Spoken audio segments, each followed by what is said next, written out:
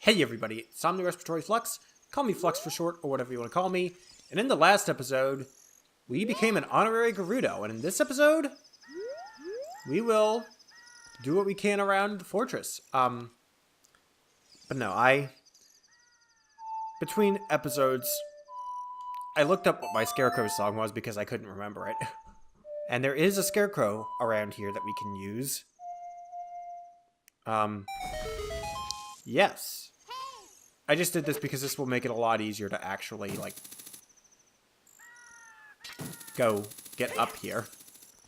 Because there are other ways, I'm pretty sure, but I can't remember them now, and it's, like, it will require a lot of crawling through the fortress, and a lot of stuff I just didn't really feel the need to do. And got a piece of heart. Completed another heart container. Maximum life energy is increased. And with that, we are almost done with our pieces of heart. We only have 4 more to get.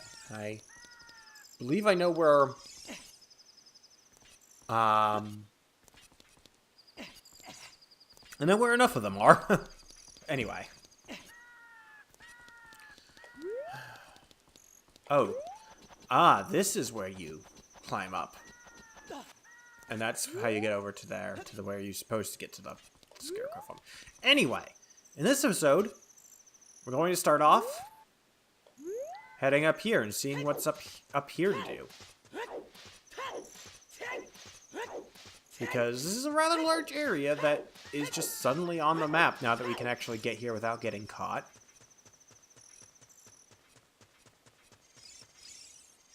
And horseback archery range. Skilled players are welcome. Current record 0 points. Horseback archery, you say? Well, why don't we make it daytime? Because I think you have to play this in the daytime. I'm not certain. And time doesn't actually pass in the fortress. So, yes. Wow, I messed that up royally, but oh well. So let's go over here and call our horse. Because no point going up to the horseback archery range without a horse, is there? But no. This is one of the things that's either really easy or really frustrating, depending on the individual. I called Epona. Is she down here? Yes, she is. Okay. Yeah, I know Navi is wanting to tell us something. She just wants to tell us, hey, you heard about the Spirit Temple. Why don't we go out into the desert? Which we will. It's just that we want to do this first because there are actually a couple of good rewards we can get here right now. And now that we have the Gerudo membership card, we can do horseback archery. At this range, anyway. Hey newcomer, you have a fine horse. I don't know where you stole it from, but... well, I guess we kind of did steal her in a way. I mean, we did kind of jump the fence at Ingo's ranch, but he did give us the horse fair and square.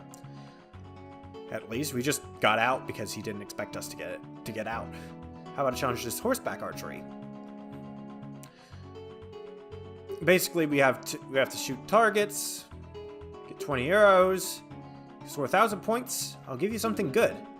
There are actually 2 prizes to get from this, and it can be a little bit tricky to do both of them to get. But yeah, the horse will actually ride along automatically. You want to shoot the pots for 100, and then, depending on how close to the center of the target you get, you also get points.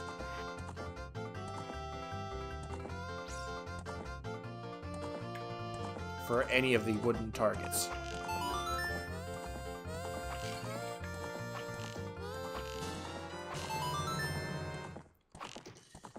Yeah, the first prize isn't that difficult. You get 20 arrows, and you get 1 lap around the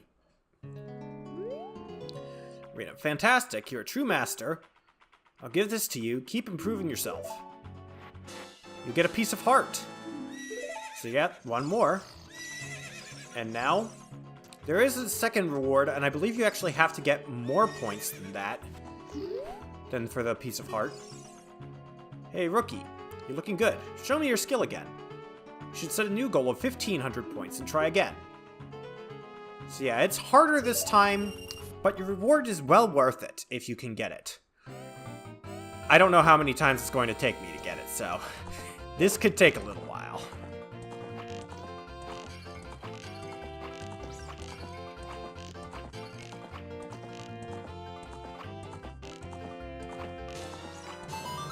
If you can get a lot of bullseyes, it's pretty easy. You basically need to get 100 points with 15 of your arrows. So I don't think I'm going to get on this one, but...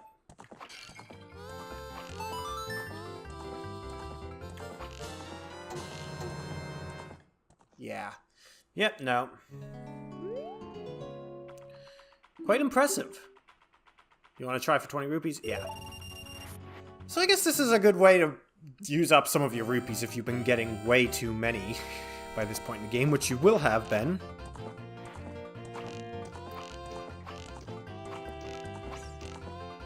This is... the parallax is strong. You can also shoot the boxes on the ground, and I think that gets you, like, a couple of them. Like, I think it gets... no, that doesn't actually get you any points. I thought that got you some, but I guess not. I guess that's too easy of a target.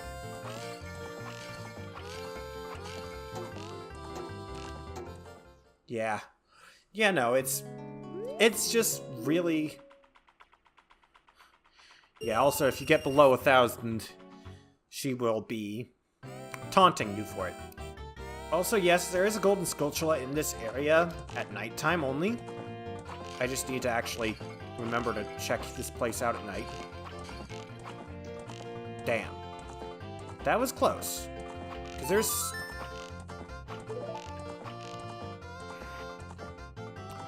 because there are 700 points just in these pots alone. Problem being...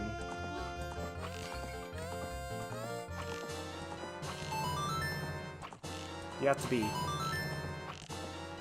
pretty perfect in addition.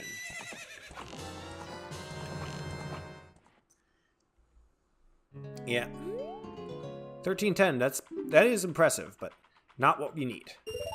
I'm just gonna either speed these up or cut to when I get it. Because this is kind of boring to watch over and over again. Kind of boring to play over and over again, honestly. Well, I tried enough times that I am now flat broke, and I still didn't get it. Honestly, I don't really feel like trying this anymore. Like, not to be salty or anything, but it's just getting old. This recording is now almost half an hour long, and I have done nothing. So, I'm going to make it nighttime. Come get the golden Skulltula that's here. Oh. And what do you know? It's actually...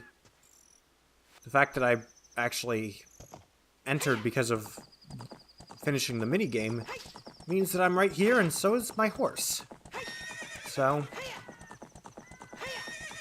let's come get this spider.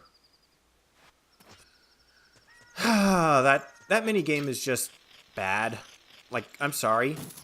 Like, you have 20 arrows, you can get a maximum of 100 points per shot.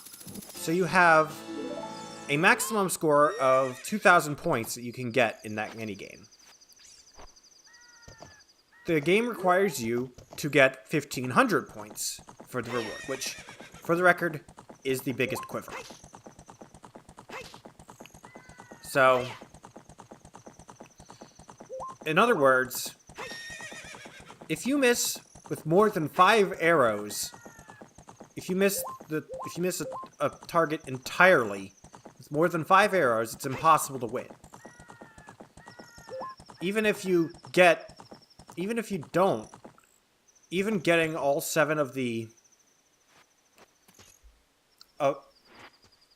pots, you have to... What is it, Navi? The desert. Yeah. Even if you get all 7 pots, you have to go, you have to get 800 more points with your last 13 arrows. Which amounts to 8 bullseyes,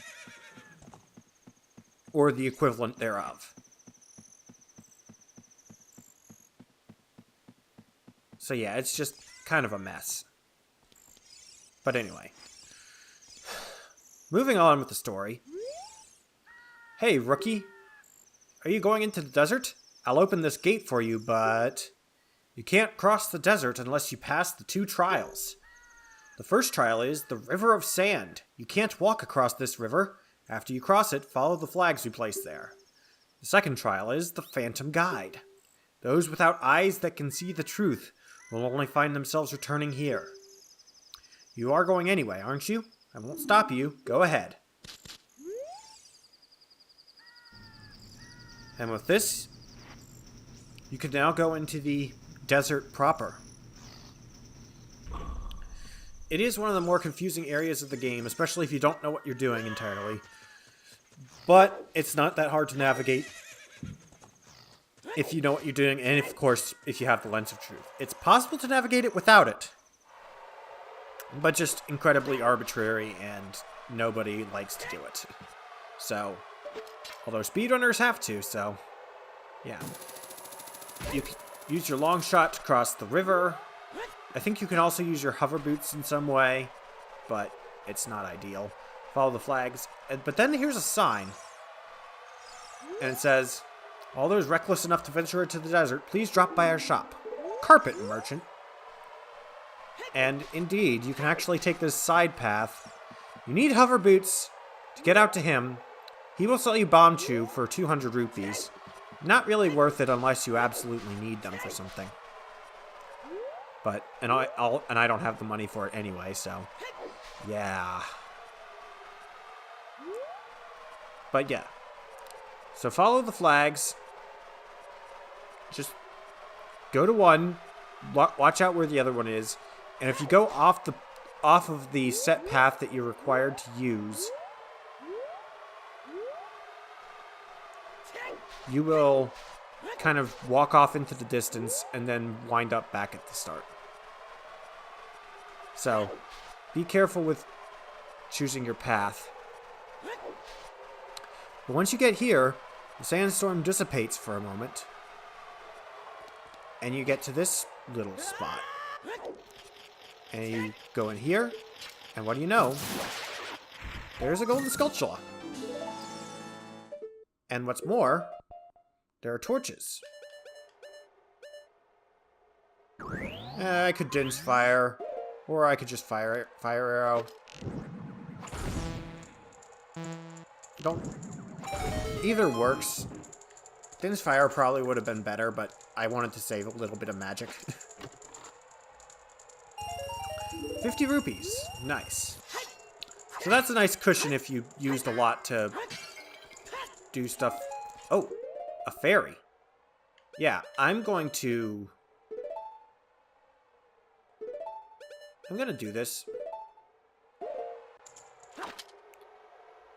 And then, once you're done in here, you want your Lens of Truth ready.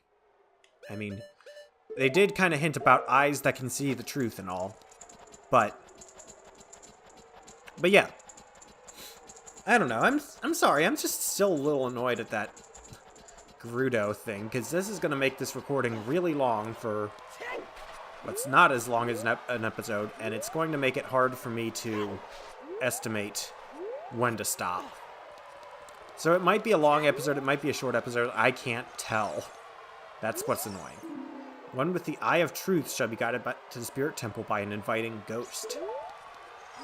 So, turn on your Lens of Truth. And then a Poe comes and is kind of guiding you. So he'll only guide you.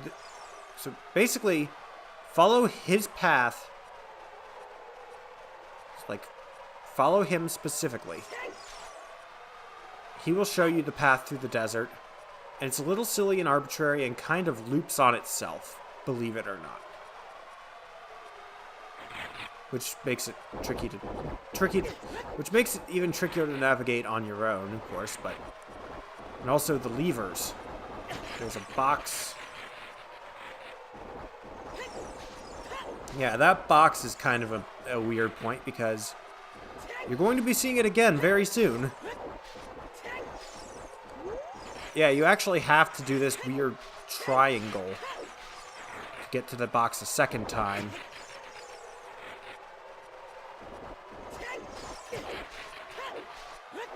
And then only once you get through the second time are you good. Once you get through those flags, you're pretty much safe. And then, we are now on the far side of the desert. The Desert Colossus. This area is one of the most remote sections of Hyrule. In fact, some of the game text seems to hint that the Gerudo Desert isn't even considered part of Hyrule. And... There's a cracked wall here. You want to bomb this cracked wall.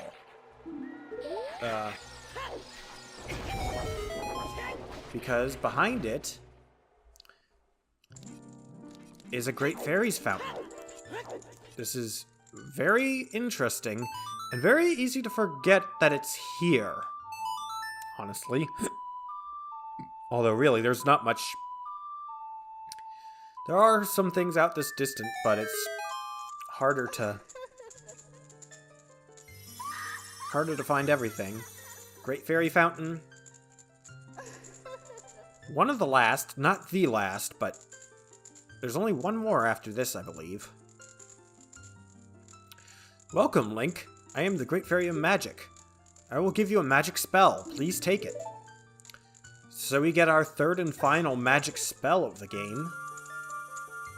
To go with Din's Fire and Farora's Wind, we now get...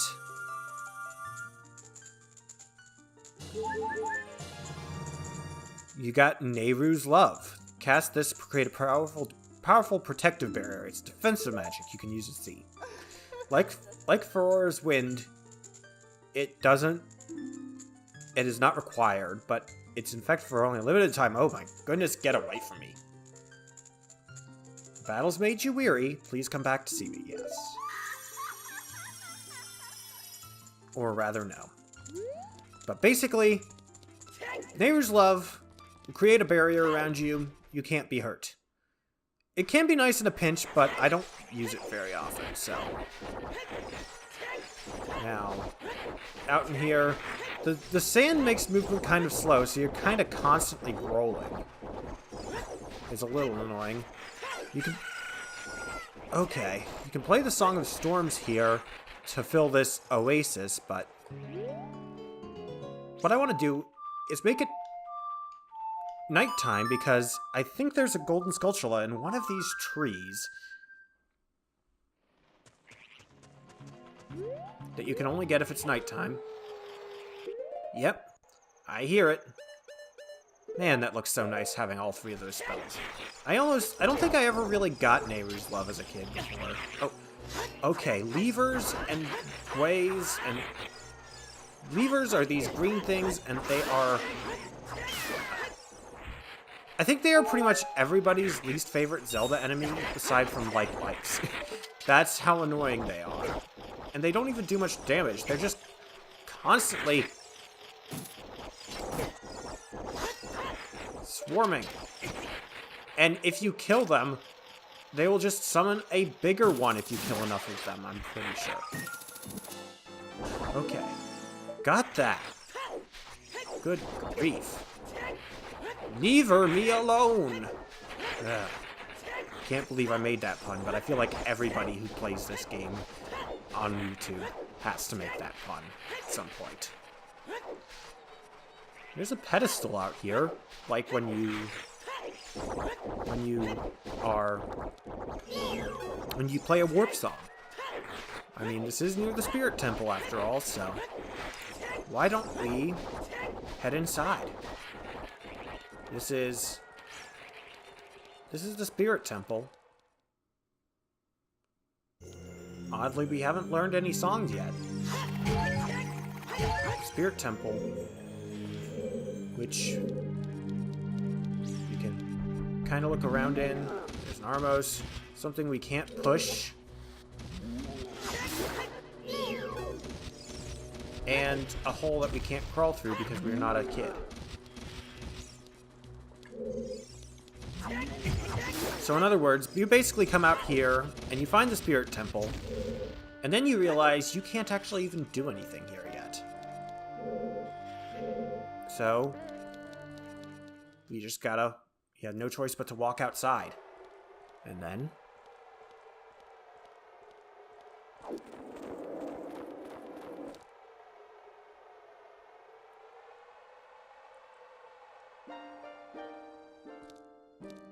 past, present, future. The Master Sword is a ship with which you can sail upstream and downstream through Time's river. The port for that ship is in the Temple of Time. To restore the Desert Colossus and enter the Spirit Temple, you must travel back through Time's flow. Listen to this Requiem of Spirit. This melody will lead a child back to the desert.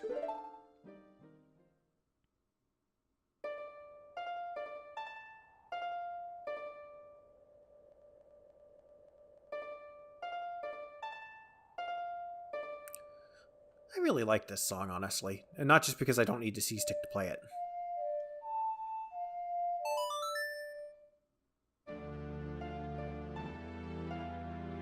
It's just really nice. I see you there, owl.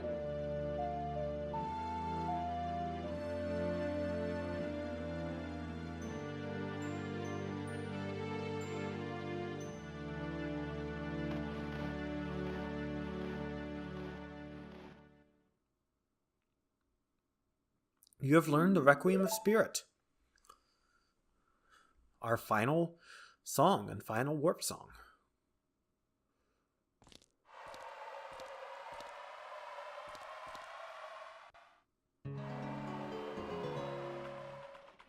Next time on Let's Play The Legend of Zelda Ocarina of Time, we return to the Temple of Time, become a kid again, and before we go back into the Spirit Temple proper, I will finish up whatever little things we need to do.